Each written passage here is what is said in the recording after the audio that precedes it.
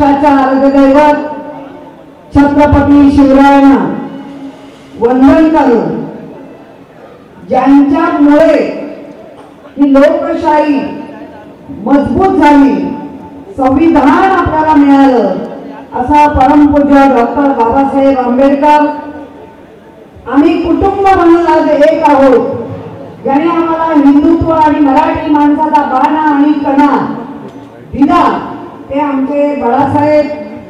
त्याप्रमाणे आमच्या या पिढी विभूतींना आदरांजली हे करून आज व्यासपीठावरती खऱ्या अर्थाने सचिन भाऊनी महाराजांना सन्माननीय व्यासपीठ बोला. खरंच सन्माननीय व्यासपीठ आहेच, पण त्याचबरोबर आज एक मुलगा, एक आपला भाऊ म्हणून तुमच्या समोर आले ते आपले सर्वांचे लाडके राजेश घाडगे, समरजित घाडगे सिंह. त्याचप्रमाणे ज्याला शाखा प्रमुख पासून जे आपण आमदारपर्यंत पाहिलं असे सुनील शिंदे, या विधानसभेचे ज्यांच्याकडे 22 ते 24 बूथ इथून येतात ते आमचे सन्माननीय अजय चौधरी, ज्याने ह्याच विभागात प्रचंड काम करून राष्ट्रवादी पण सर्वांना एक करून ज्यांनी काम केलं ते सचिन भाऊ.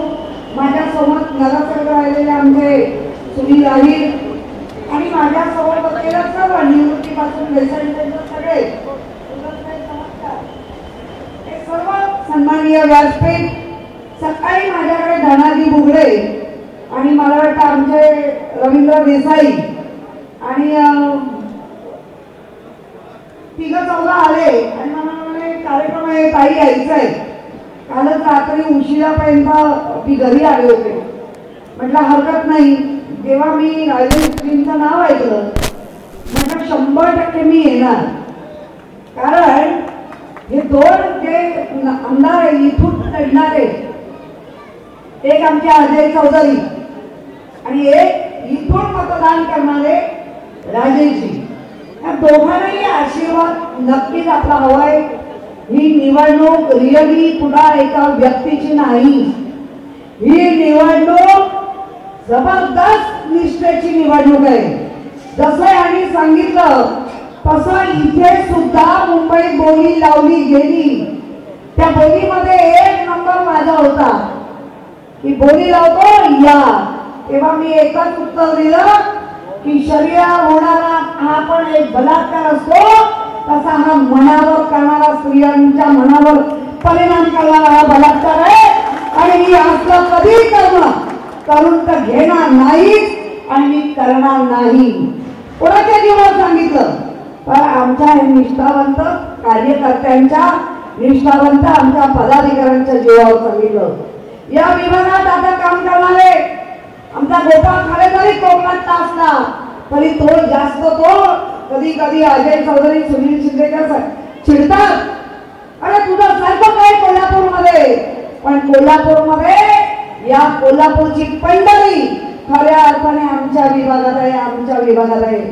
कोविड काळ आला, अनेक लोकांचे फोन आले, आमदार म्हणून अजय चौधरी आले, सुनील शिंदे सुद्धा सतत कोल्हापूरला कुठले माई असो, काय असो, लग्न असो, कोण आम्ही जात असतो.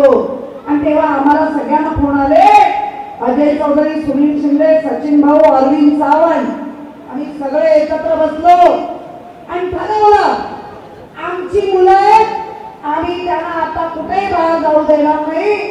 सकाळ संध्याकाळ, दुपारचा संध्याकाळचा चहा, सकाळचा नाश्ता आम्ही सर्वांनी त्यांची जबाबदारी घेतली आणि त्यांच्या आई वडिलांना सांगितलं काळजी करू नका, तिला वेळेसारख्या विभागात तुमची मुलं राहतात, आम्ही त्यांचे पालक आहोत. त्यामुळे नुसतं पालक मंत्री होऊन चालत नाही, आईसारखं काळी या पुढच्यानी सुद्धा दाखवलं आणि त्या मुलांचं संगोपन 4 महिने आम्ही केलं.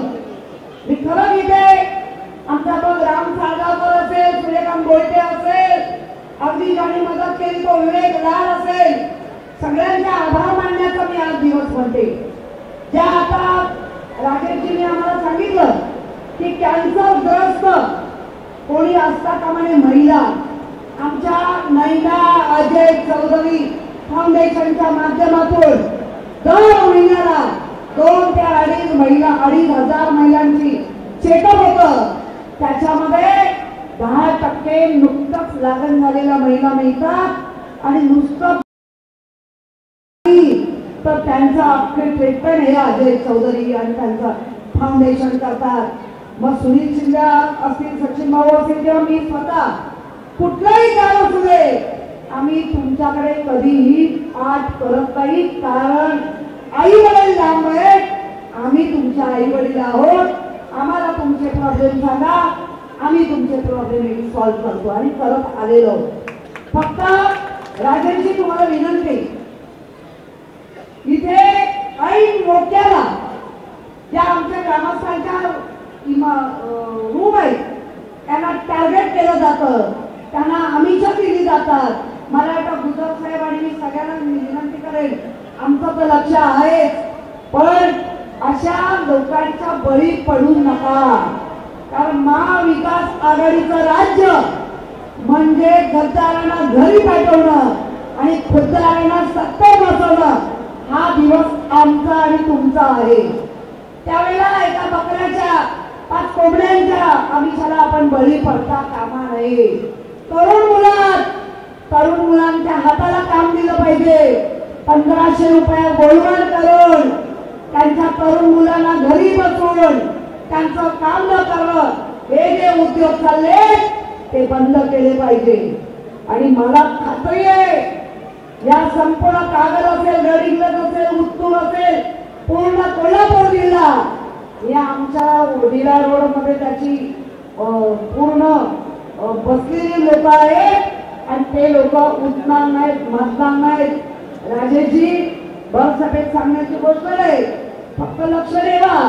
मुंबई आणि तेवढं झालं की बरोबर सगळे धपाधप तुतारी आणि धपाधप आमची मशाल. जिथे असेल हात तिथे पकड असेल मजबूतीने मशाल आणि विजय मिळाल्यानंतर वाजवतोय तुतारी. या 3च निशाणी सर्वांनी लक्षात ठेवायचंय, इतरांना सांगायचंय आणि ते तुम्ही पुण्याचं काम नक्की कराल. कारण मी त्या मंत्र्याबद्दल बोललो नाही. त्या ज्या वेळेला सत्ता होती त्यावेळेला कशी कामं अडवत होती आणि आता त्यांना दिसायला लागल्या मी अल्पसंख्याक आहे. अरे पवार साहेबांनी तुम्हाला जर चिन्ह लावला नसता तर खऱ्या अर्थाने तुम्ही अल्प राहिला असता, संख्या मात्र आमची वाढली असती. एवढं लक्षात ठेवून मी माझे 2 शब्द संपवले. जय हिंद, जय महाराष्ट्र. धन्यवाद ताई. आपल्याला महाविकास आघाडी